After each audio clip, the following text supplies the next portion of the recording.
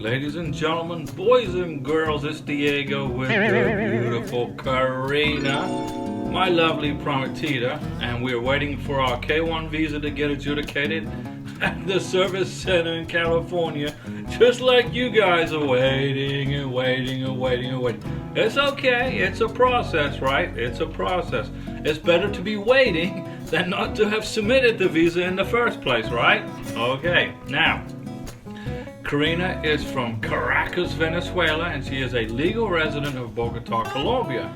And I live in the Panhandle of Florida, near Pensacola, north of Navarre Beach. And Navarre Beach is where we're going to get married when we get our visa. And we're still waiting, but that's okay. Now, this video is about visa processing and a little bit about the country of Trinidad and Tobago. Trinidad and Tobago. Okay, so come on along, guys, and enjoy the ride. Now, Trinidad and Tobago, ladies and gentlemen, is officially known as the Republic of Trinidad and Tobago, and it is the southernmost island country in the Caribbean. Okay, and it consists of two main islands. Okay, Trinidad is two main islands and lots and little smaller islands. And Trinidad is situated 6.8 miles off the coast of northeastern Venezuela, which is where Karina lives. Well, she used to, not anymore. Now she lives in Colombia, soon in the United States. But Trinidad and Tobago, they're real close. I mean, you could probably throw a stone and it would reach Venezuela from Trinidad. And it's 81 miles south of Grenada, okay? Now, Trinidad and Tobago, they share maritime boundaries with Barbados to the northeast, Grenada to the northwest, and Venezuela to the south and the west. So Trinidad and Tobago are basically considered to be part of the West Indies. And the island's country capital is Port of Spain. And now in the capital city of Port of Spain, that is where the U.S. Embassy is located, where you're going to get your K1 visa if you're in Trinidad and Tobago. And but even though the Port of Spain is the capital, the largest and most populous city is San Fernando. Now, with the settlement in the past of San Jose de Aruna, led established by Antonio de Berrio on this land in 1592. So the Spanish took the island first, okay? And then right after then the Spanish got defeated by the English, because the English sailor Sir Walter Raleigh, he arrived in Trinidad on the 22nd of March, 1595, in search of the long-rumored El Dorado, city of gold. So Walter Raleigh landed in Trinidad, and the British took over from the Spanish. I'll tell you what, everybody keeps trying to, the British and the Spanish, and the French too were in Trinidad, and also there were a bunch of Chinese folks that moved there, 100 years ago or so. I'm not sure why they moved there, probably to work. But so Walter Raleigh was looking for the El Dorado, the lost city of gold, and Karina and we've been there to El Dorado. It's actually in Colombia, and it's a giant lake. Okay, and in this giant lake, the back in the day, the pre-Columbian folks would throw gold in there, into this lake, as a gift to the gods, I guess, whoever it is they were praying to. And we made a video, Karina and we made a video about El Dorado. And if you're a part of our channel, you could probably page through all the videos and find the one about El Dorado. Trinidad and Tobago finally gained independence in 1962, and they became a republic in 1976, which I'm glad to hear. They finally kicked the British and the Spanish out of there. Okay, Trinidad has an area of 1,841 square miles. Now, I'm not going to convert that to kilometers because I don't work in kilometers. I would not know what a kilometer was if I saw it. And the average length of the island is 50 miles, okay, with an average width of 37 miles. Now, why they say it's an average, I don't know. Does the width and the length change every now and then? I don't know. And Tobago, the beautiful island of Tobago, has an area of 120 square miles and is 25 miles long and 12 miles wide at its greatest width. So from the dimensions of Trinidad and Tobago, you could probably drive the island in a day, and you could probably walk Tobago without a problem in a day. It's a beautiful place, though, a very beautiful place. I've never been there, but I know it's a beautiful place. There are 2 seasons annually. There's the dry season, which is for 5 months, and then there's the rainy season, which is for the rest of the year. So subtract 5 from 12, and that's what the rainy season is.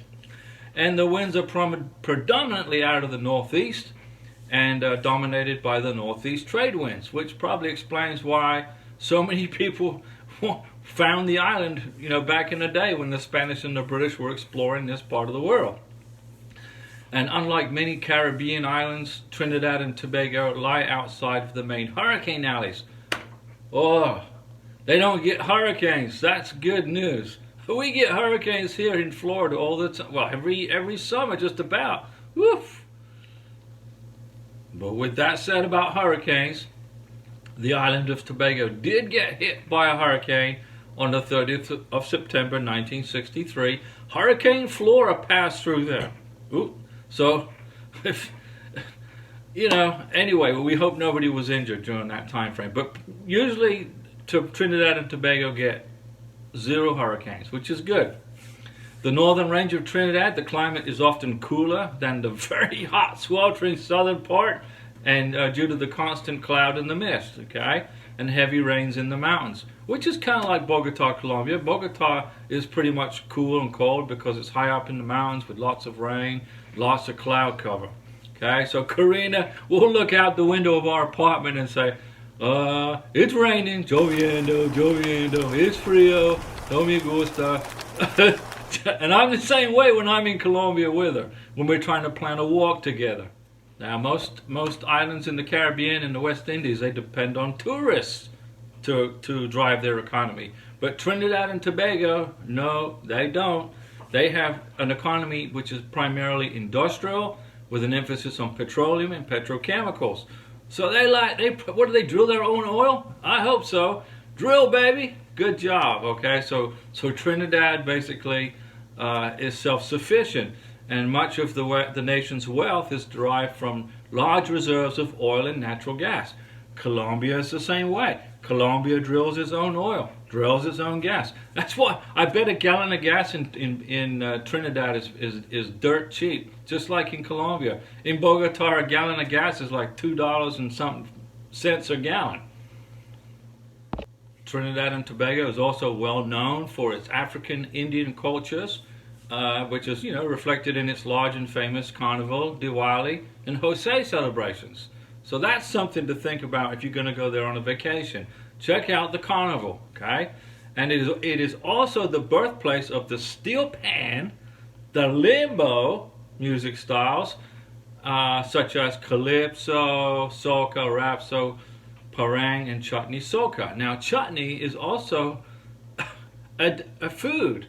Now, I remember as a little kid, I lived in England as a little kid, I used to eat chutney with ploughman's lunch, if I recall. Very yummy. I remember I used to like chutney.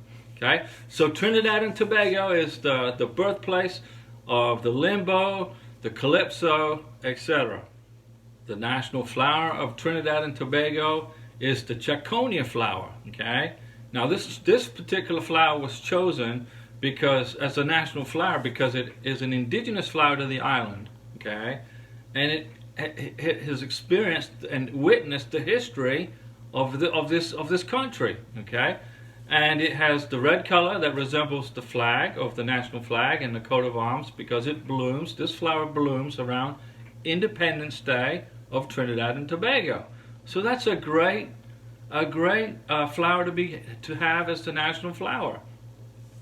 The main language spoken in Trinidad and Tobago is based around 2 English Creole languages, Trinidadian Creole and Tobagonian Creole. Okay. Good news coming out of Port of Spain. The U.S. Embassy has been processing K-1 visas, ladies and gentlemen, boys and girls. They've resumed the K-1 visa processing, but the embassy is saying that you should expect a little bit longer of a wait because of the, and plan accordingly. They're trying to catch up from the backlog like everybody else in the world, okay? If you have a visa that has expired within the last 48 months or so, you've been waiting and waiting and waiting to get a visa interview, the embassy is going to extend that for you, okay? Now, if you have any questions about K1 visas at the U.S. Embassy in Port of Spain, Trinidad and Tobago, this is the phone number right here that you can call. Okay, that's the phone number, and they're open between on Monday through Friday between 9 a.m. and 5 p.m. In fiscal year 2022, the U.S. Embassy in Port of Spain, Trinidad and Tobago issued and approved 22 K1 visas, okay? 22 K1 visas. So that's good news if you're in Trinidad and Tobago. Soon you're going to get your K1 visa. We look forward to seeing you with your K1 visa in your passport, ladies and gentlemen, boys and girls, flying to the United States of America where you can start your life. Now, I think I'm going to have to take a trip to Trinidad and Tobago with Karina. It sounds like a beautiful place, and it's close to Venezuela too. Maybe Karina can wave to her relatives across the bay. Hey, hola, hola, ¿cómo estás? Just kidding. Thanks for watching, ladies and gentlemen, boys and girls, and we will see you all soon in the United States. I'll be back.